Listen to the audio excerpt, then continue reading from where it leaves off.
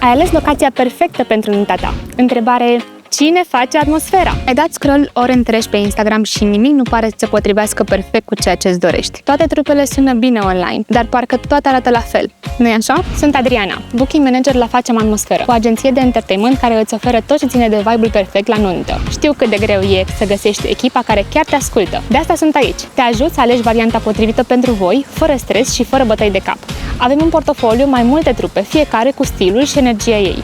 DJ, lumini, coordonator de eveniment și o echipă care face ca totul să curgă natural. Peste 3000 de miri au făcut deja atmosferă cu una dintre trupele noastre. Nu am întâlnit un invitat care să nu fie mulțumit. Toată lumea de la nuntă a avut același feedback excelent. Dacă mai faci o nuntă, tot pe voi v-am chemat. A fost extraordinar, nu știu ce să zic altceva, sincer, pe bune. V-ați ocupat absolut de orice detaliu și cumva ne-ați depășit total așteptările.